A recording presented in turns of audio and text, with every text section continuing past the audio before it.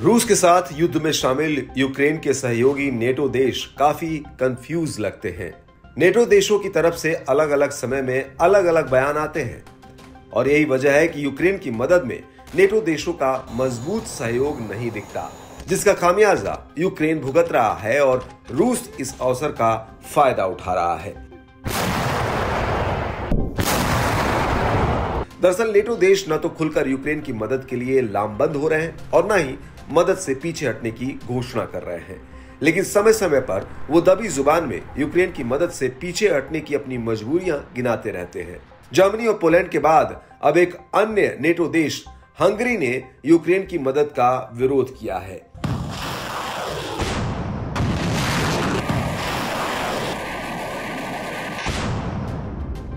NATO महासचिव Jens Stoltenberg द्वारा Ukraine के लिए शुरू की गई 5 साल की फंडिंग रणनीति के विरोध में हंगरी के विदेश मंत्री पीटर सिजार्टो ने कहा कि हंगरी यूक्रेन को वित्त पोषित करने की $100 अरब की पंचवर्षीय नेटो योजना का विरोध कर रहा है।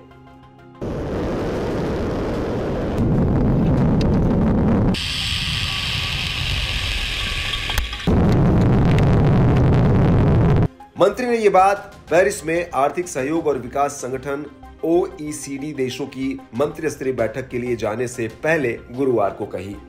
दरअसल इस सप्ताह की शुरुआत में मंगलवार को महासचिव जेंस स्टोल्टेनबर्ग ने नेटो के सदस्य देशों को $100 अरब जुटाने का प्रस्ताव पेश किया। नेटो ने इस फंड को युद्ध पर खर्च करने की योजना बनाई है। अब यह धन 5 वर्षों में इकट्ठा किया जाना है, तो इसका एक मतलब और निकाला जा रहा है कि कहीं न कहीं नेटो को 5 साल तक युद्ध या शत्रुता की उम्मीद है।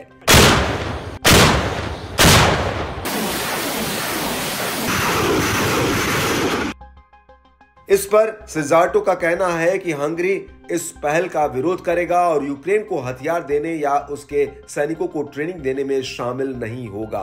सिजार्टो की माने तो ये अभी बातचीत का विषय है और आने वाले हफ्तों में बातचीत के दौरान हंगरी इस पागलपन से दूर रहने और $100 अरब इकट्ठा करने और उन्हें यूरोप से बाहर ले जाने के अधिकार के लिए लड़ेगा। सिजार्टो ने बताया कि हंगरी किसी भी चीज से पहले अपने लोगों की सुरक्षा को प्राथमिकता देता है और युद्ध से बाहर रहने की पूरी कोशिश करेगा।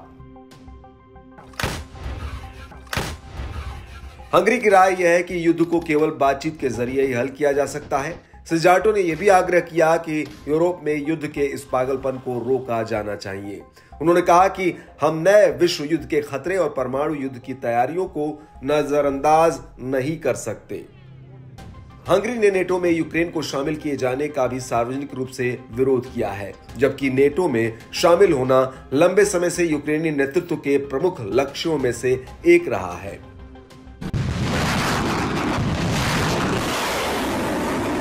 युद्ध के मैदान में पहले से ही कमजोर हो चुके यूक्रेन के लिए हंगरी का फैसला उसे और निराश करने वाला है।